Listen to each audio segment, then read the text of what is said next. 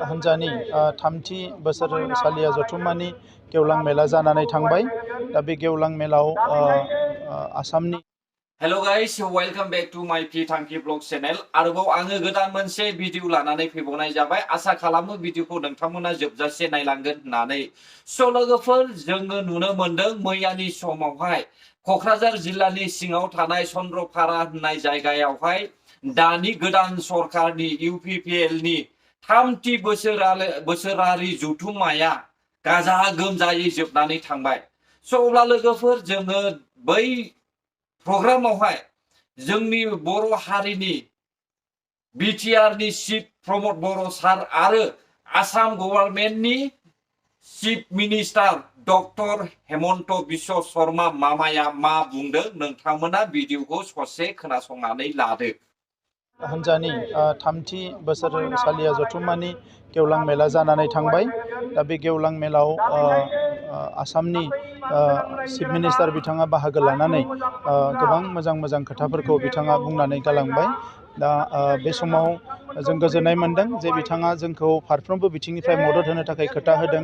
लोगोसे बर' गोरोबथाखौ letter and spirit बेखौ आखरे बेखौ मोगथाङाव महर होगोन होननानै बिथाङा दिनै खोथा होलांबाय। दा बेखौनो जोंबो नागिरदों। दा बर' जेंनाया 100% जोबनायनि लामायाव बेखौ जोङो दायो फोथायनो हायो। दा बिनि थाखायनो जोङो दिनै इउपिपिएल आरो बिजेपिनि सरकाराव जोङो माखासे खामानिखौ जों मावगासिनो दङ। दिनै क'क्राझाराव मोनसे हरुखजाय बायदि गिदिर मोनसे स्टेडियाम लुफुंनायनि थाखाय बिथाङा 150 कोटि घोषणा खालामनानै थांबाय आरो बे हाबाफारिखौ फैगौ 6 दाननि गेजेराव जागायनो थाखाय बिथाङा खोथा होदों। आं मिजिंथिदों जे बोसोरनैनि गेजेरावनो जोङो ISPL एबा नेशनेल इन्टारनेशनेल लेभेलनि गेम फुटबल गेम एबा गुबुन इभेन्ट्सखौ जों बेवहाय खुंनो हागोन। आरो बिसेस भाबे ISPL खुंनायनि उनाव जोंनो भारत फुटबल एस'सिएशना इन्डियान फुटबल एस'सिएशना जोंनो सन्टोष ट्रफी खुंनो थाखाय मैया फाइनाल खालामबाय।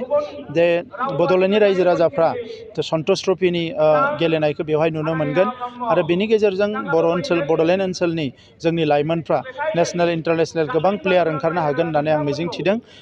गुबुन बिथिङाव दिनै जोंनि गेजेराव सान्थि लाखिनाय, हा हुनि जेंनाखौ फोजोबनाय, साख्रि बाख्रिनि जेंनाखौ फोजोबनाय, बे गासैखौबो जोङो मावफुंनो थाखाय जों आखायाव लादों। इउपिपिएल हान्जा हिसाबै बर' रायजो राजाफ्रा एबा बड'लेण्ड ओनसोलनि रायजो राजाफ्रा जिहेथु गोख्रों मदद होनानै सरकार दानायाव हेफाजाब होदों। बिथांमोननि अननाय, बिथांमोननि गासैबो जोंनि सायाव फोथायनाय, बेखौ लानानै जों इयुनाव गोख्रोङै हाबा मावलांबाय थागोन। आरो बड'लेण्ड ओनसोलखौ भारतनि गेजेरावनो मोनसे जौगानाय ओनसोल हिसाबै गायसननो थाखाय जों कुनुदिन फासयनानै थानाय नङा। जोङो गोबां थांखि लादो दोलोखौ राफोद खालामनो थाखाय। बेखौ लानानै जोङो सानसे साननैनि उनावनो जोंनि नेहाथारिया प्रेस मिट खुंनानै नोंथांमोननि सिगाङाव फोरमायगोन। बिसेस भाबे हा हुनि जेंना फोजोबनाय आरो जिखिनि चाइल्ड लेबार, चाइल्ड ट्राफिकिं, IMR, MMR जिफोर दङ, बेफोरखौ फोजोबनानै गासैनिबो सावस्रिया जाहाथे गोग्गोयै थायो, बेवहाय खामानि मावनो थाखाय जों थांखि लादों। सोलोंथाइनि बिथिंखौ आरो गोख्रों खालामनो थाखाय जोङो थांखि लादों। बेबायदि गोबां थांखि जोंनि डेलिगेटआव जोङो थांखि लादों। बे गासैखौबो जोंनि बे माखासे मानि थांखिखौ सानसे साननैनि गेजेरावनो जोंनि नेहाथारि बिथाङा प्रेस मिट खालामनानै नोंथांमोननो फोरमायगोन। তৃতীয় ত্ৰিবাৰ্ষিক অধিৱেশন অনুষ্ঠিত হৈছিলে। এই অধিৱেশনত মই যোগদান কৰি ইউপিপিএল দলৰ যি যোৱা 7 বছৰৰ যাত্ৰা, সেই যাত্ৰাক আকৌ এবাৰ ৰোমন্থন কৰিলোঁ। আজি ইউপিপিএল দল অতি কম সময়ৰ ভিতৰতে বিটিআৰত শাসন ক্ষমতাৰ বাগজৰি ল'বলৈ সক্ষম হৈছে। অসম বিধানসভালৈ প্ৰতিনিধি পঠাবলৈ সক্ষম হৈছে। ভাৰতবৰ্ষৰ সংসদতো ইউপিপিএল দলৰ আজি প্ৰতিনিধি আছে আৰু ৰাজ্য মন্ত্ৰীসভাতো তেওঁলোকৰ যোগদানে আমাৰ অসমখনক সমৃদ্ধ কৰিছে। মই ইউপিপিএল দলৰ এই 7 বছৰীয়া বৰ্ণিল যাত্ৰাক পুনৰ এবাৰ অভিনন্দন জনাইছোঁ আৰু ভাৰতীয় জনতা পাৰ্টিৰ মিত্ৰ গোট হিচাপে তেওঁলোকে আমাৰ লগত আগবঢ়াই অহা সহায় সহযোগিতাৰ বাবে কৃতজ্ঞতা জনাইছোঁ। মই আশা কৰোঁ যে ইউপিপিএল দলে বড়োভূমিৰ উন্নয়নৰ কাৰণে আৰু বড়োভূমিত বাস কৰা সকলো জাতি জনগোষ্ঠীৰ উন্নয়নৰ হকে কাম কৰিব। জেপিপি দল আচলতে তেওঁলোক বিজেপিৰে মিত্ৰ দল আছিলে। মই কথা পাতি আছোঁ মই ভাবোঁ যে এইটো একো ইমান ডাঙৰ সমস্যা নহয় একে হ'ব কি হ'ব সেইটো আমাৰ যেতিয়া বিজেপি UPPL AGPৰ আলোচনা হ'ব তেতিয়া ঠিক হ'ব কিন্তু আমি একেলগে থাকিম সেইটো আমি নিশ্চিত মইতো এনেকৈ ক'ব নোৱাৰোঁ কিন্তু আমি থকাটো নিশ্চিত কেনেকৈ থাকিম কি কথা সেইটো টেবুলত বহিম যেতিয়া তেতিয়া হ'ব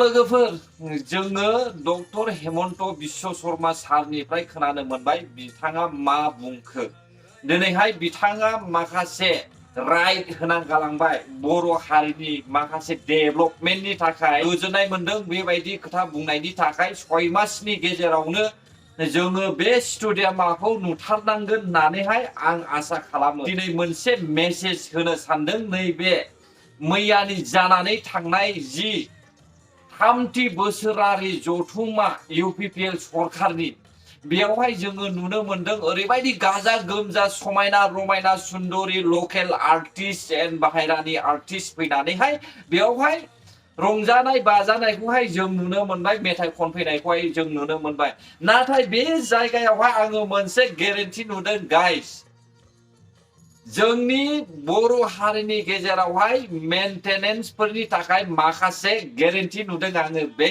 जायगायावहाय बे जायगानि गेरेन्टि आंनि नोजोराव नुनायानो जाहैबाय नैबे रायजोफोर So guys, जुदि जोङो इसिबां समायना रमायना सुन्दर गाजा गोमजा जोंब्लाव माब्लाव दिन्थिबायब्ला लोंखान्दा बथल्सखौहाय मानो लेथेर फेथेर गारनानै दोनना नायनायाव जोबोद गाज्रि नुदों नायथावाखै इसिबां मोजां नुवाखै नैबे बथल्स गारनायनि थाखायनो डार्टी नुदों जायगाखौहाय मिथिबायना रायजोफोर आं बुंनानै होनो होननानै सानाखैमोन नाथाय मोनफ्रोमबो भिडिअआवनो जे नैबे स्टेजआवहाय बथल लोंखान्दा एम्पटी बथल दङ बेखौ नुनानैसो आङो सानदों जानो हागौ आं सानदोंमोन बे बथल्सखौहाय बोखारगोन खोमा होननानैहाय नाथाय रावबो बे बथल्स एम्पटी बथल्सखौहाय बोखाराखै गारलाबायनानैसो दोननायखौहाय नुनो मोनदों स' गाइस आं सानो जाहाथे नेक्स्ट आपकामिं प्रग्राम्स फैबाय थानाय समफोरावहाय बर' हारिनि गेजेरावहाय इसिबां गिदिर प्रग्राम्स बानायोब्ला बेफोरबायदि लेथेर फेथेर लोंखान्दा एम्पटी बथल्सफोरखौहाय गारनानै दोननाय नङा होननानै आं सानो आरो जुदि आंनि भिडिअखौहाय गाज्रि मोनदोंब्ला नोंसोरो भिडिअ होनायनि थाखाय गेरेन्टि सानदोंब्ला नेक्स्ट आपकामिं समावहाय मेथाइ पेकेट लाबोनानैहाय प्लास्टिकखौबो गारलाबायनानै होयोब्लानो मोजां जागोन होननानै आं सानो स' लोगोफोर नोंसोरो दासान भिडिअखौहाय बिथाङा गावनि साबस्क्राइबार बारायनायनि थाखायसो होदों गावनि भिउस मोननो थाखायसो होदों लाइक मोननो थाखायसो होदों शेयार खालामजानानै होनो थाखायसो होदों होननानै दासान नाथाय आं जोबोद दुखु मोनदों बै स्टेजआवहाय जे बथल्सफोरखौहाय गारलाबायनानै दोनदों बेखौहाय आं हामजायाखै एसेबां समायना रमायना बाहेरा जायगानिफ्रायबो फैनानैहाय बेवहाय आर्टिस्ट मेथाइ खनफैदों रित' रिबा होननाय जेरावहाय इण्डियान आइडलाव फार्स्ट थांनानैहाय जेसेबां सारा पृथिबियावनो गोसारगासिनो दङ बिथाङाबो बेयाव फैनानैहाय मेथाइ खनफैलायनायखौहाय जों नुदों आरो लोगोसे लकेल आर्टिस्ट समायना रमायना रैसुमै गारांजों मेथाइ खननानै होदों सार बिग्रायमोन दावबायसा बिथांमोन आनैया ब्रह्ममोन बिसोरो मा साननांगौ बै बथल्स गारलाबायनायखौहाय आं सानो मेंटेनेन्सनि थाखाय बेयो गेरेन्टि स' गाइस जेखि जादोला बेयो जोबनानै थांबाय आरो गाजा गोमजायै जानानै थांबाय जेबो रेकर्ड जायाखिसै आरो जेबो प्रब्लेम जायाखिसै सिगां जेरैबायदि लाइमोन सेंग्रा सिख्लाफ्रा थैलाबायदोंमोन बेफोरबायदि मैयानि समावहाय जानानै थानायखौ नुवाखै दिनैसिम खोनायाखै सिगांनि बायदिब्ला जोङो अखानायैनो खोनायोमोन उमुक थैबायनो होननानैहाय नाथाय नैबे प्रग्रामावहाय दानि गोदान गभर्नमेन्ट UPPL सरकारा प्रमद बर' सारखौहाय जोबोद धन्यबाद होयो आंनि गोसो गोरबोनिफ्राय गोजोननाय जासिहरबाय प्रमद बर' सारनिसिम बिथाङा दे नैबे प्रग्रामखौहाय मोजाङै मेनटेन खालामनानैहाय मोजाङै आब्रुथि